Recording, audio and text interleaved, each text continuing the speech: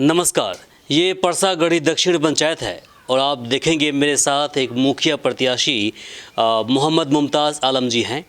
इनसे हम जानेंगे कि आखिर इस बार मुखिया प्रत्याशी के रूप में मैदान में जिस तरह से उतर रहे हैं, इसके पीछे की क्या सच्चाई है, क्या कहानी है, क्यों उतरना चाहते हैं। आपको मैं बता दूं कि मुमताज़ जी एक मीडियम परिवार से बिलोंग करते हैं। आप बोलें तो मीडियम परिवार से भी नीचे परिवार से बिलोंग करते हैं। इकोनॉमिकल कंडीशन इनकी अच्छी नहीं है। हालांकि इनके सामने में बाकी जो उम्मीदवार हैं वो बड़ी हस्तियां हैं। आखिर उनको टक्कर देने के लिए किस तरह से ये तैयारी किए हैं, आइए जानते हैं। जी, स्वागत आपका। नमस्कार। पहले ग्राम वासियों को मेरे तरफ से, पंचायत वासियों को नमस्कार। मेरा मकसद ये है कि मेरे गांव में या मेरे पंचायत में घूसखोरी, दूसरा नंबर जो है सड़क का दुर्दशा, और एक एक पेंशन पे, एक एक इंदिरा आवास पे लूट घसोट का बहुत सारा मामला ऐसा हुआ है कि चलता आ रहा है। हम चाहते हैं कि हर एक ग्रामवासियों, क्योंकि मजदूर है, लॉकडाउन साल भर से लगी हुई है, उसमें बहुत मजदूरों को ऐसा हालत हुआ है कि खाने तक के लिए भी नहीं मिला है। कुछ लोग ऐसे हैं कि भूखे भी सोए हैं। लेकिन उस हालात में जो है, कभी आते हैं, क्या नाम है, इंदिरा आवास वाले बोलते हैं कि जी आपका जो है कि इंदिरा आवास आया है, कुछ पैसा दे दीजिए तो इंदिरा आवास दे देंगे। आते हैं शौचालय वाले, कहते हैं इसमें आपको इतना रुपया खर्च लगेगा। उसमें बिचौलिया भी आते हैं साथ में, उसके बोलते हैं इतना पैसा लगेगा तो आपको जो है कि बाथरूम का पैसा पेमेंट हो जाएगा। इस सब वजह से हम सोचे हैं कि गरीब लोगों का, जैसे हम खुद गरीब हैं, एक गरीब तबके से आते हैं, इस वजह से हमें लगा कि नहीं, खुद एक बार लड़ना चाहिए, गरीब के लिए आवाज़ उठाना चाहिए। क्योंकि गरीब लोगों के साथ मतलब समझ लीजिए एक तरह का शोषण हो रहा है। शोषण को रोकने के लिए हम खुद इस बार मुखिया प्रत्याशी से नॉमिनेट करेंगे। चलिए, बहुत अच्छी बात है, सोच बहुत बढ़िया है कि कम से कम घूसखोरी, भ्रष्टाचार जो बड़े पैमाने पर इस पंचायत में फैला हुआ है, उसको आप दूर करने के लिए इस बार उतरे हैं। लेकिन आपके सामने में बड़ी बड़ी हस्तियां हैं, बड़े बड़े महारथी हैं, पैसे से भी बड़े हैं वो, और पहुंच से भी बड़े हैं। लोगों के बीच में उनकी अच्छी खासी पहुंच है। उनके सामने आप कैसे टिक पाएंगे, कैसे टक्कर देंगे उनको? बस हम टिकेंगे इसी बिना पे, क्या नाम है कि मेरा मकसद ये है कि जितने भी गरीब लोग हैं या किसान लोग हैं, सबका निःशुल्क काम होना चाहिए। अगर हमको गवर्नमेंट दे रही है आगे से कि हाँ ये पब्लिक तक पहुंचाना है, तो उसको निःशुल्क पब्लिक तक पहुंचाने का काम हम करेंगे। उस बिना पे हम जनता से वोट मांगेंगे। क्योंकि जनता भी अब जो है कि हर एक जनता जागरूक हो चुकी है। हर एक जनता सोचती है कि हमारा विकास होना चाहिए। वो ऐसा प्रतिनिधि हो, ऐसा नहीं हो कि क्या नाम है कि या तो कुछ मतलब दूसरे के साथ चले जाए, कुछ तीसरे के साथ चले जाए, ऐसा ना हो। ऐसा होना चाहिए कि मतलब जो हमारे साथ मिल के काम करे, कंधे से कंधे मिला के चले। ऐसा प्रतिनिधि जनता भी सोचती है और उस पर हम जो है खरे उतरेंगे। आपके बातों से लगता है कि आप कहीं ना कहीं एक्सपीरियंस्ड हैं। आप तो कितने समय का एक्सपीरियंस आपके पास में? जी, ऐसा है कि हम बीच में भी लोगों का काम, कभी कभी जब ज़रूरत पड़ा तो हम आवाज़ उठाते रहे, काम कराते रहे। और दूसरे नंबर, हम इससे पहले 2004 में पैक्स से चुनाव लड़े थे, पैक्स सामान्य सदस्य, वो भी पंचायत लेवल पे ही था वो चुनाव। तो उस टाइम में हम एक वोट से पराजित हुए थे। तो इसलिए जो है हमको उस टाइम से ही एक्सपीरियंस है कि मतलब कि ये सब नीति कैसे चलता है और कैसे चलाया जाता है और किस हिसाब से भ्रष्टाचार हो रहा है पंचायत के अंदर, वो सब कुछ हमने देखा है। क्योंकि हमारे साथ भी हुआ है घटना।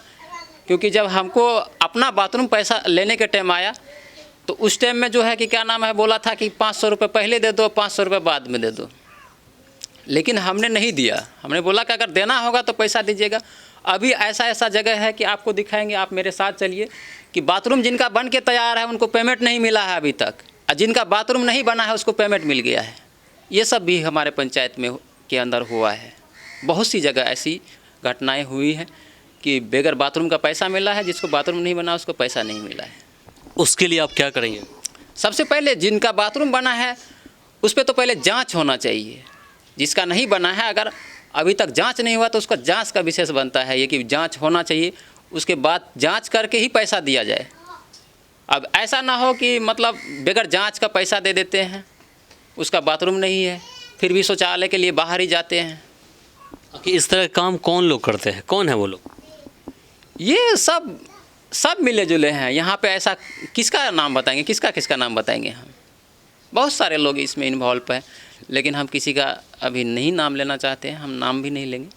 युवा पर देश की जिम्मेदारी है और काफ़ी दरोमदार है युवा पर, जी और आप भी एक युवा ही हैं, तो आपने युवा जो साथियों के लिए क्या करेंगे आप?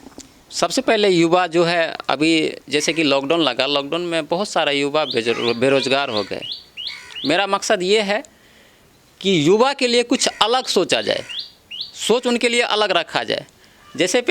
जैसे कि मान के चलिए, अगर हम करते हैं कोई काम, मनरेगा का काम हो गया, मनरेगा का जो भी काम है, जो मनरेगा के लायक है उनको काम नहीं मिलता है, जो मनरेगा के लायक नहीं है उनको मनरेगा का काम मिलता है।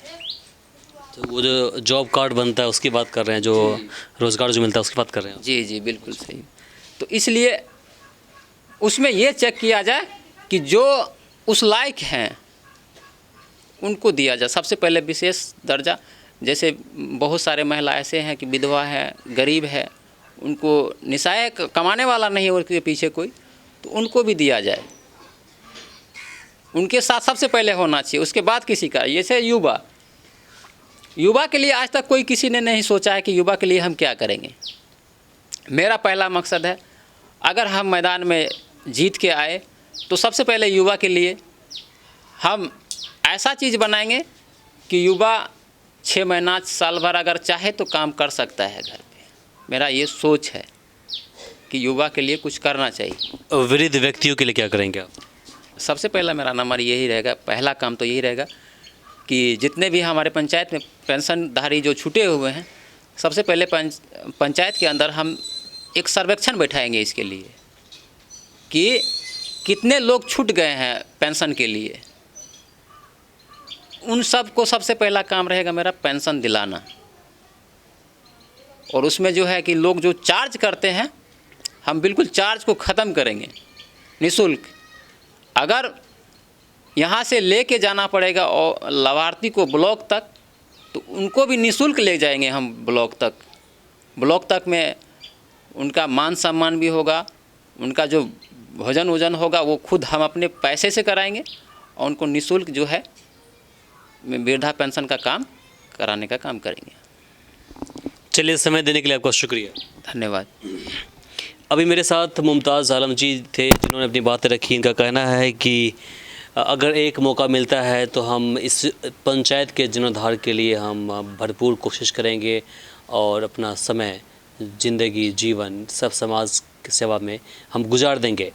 इनका यह भी मानना है कि बीते दिनों कई सारे मुखिया भी आए या फिर मुखिया भी थे, वो चले भी गए, लेकिन जिस तरह से कार्य हुआ है पंचायत के अंदर, उसको देखते हुए हम यह कह सकते हैं कहीं न कहीं कॉम्प्रोमाइज़ किया गया है, चाहे वो कोई भी काम क्यों ना हो। तो फिलहाल के लिए मुझे इमरान को दीजिए यहीं पर इजाज़त। नमस्कार। हमारे इस चैनल को सब्सक्राइब करें, साथ ही बेल आइकन पर प्रेस करना ना भूलें ताकि हर अपडेट्स आप तक पहुंचती रहे।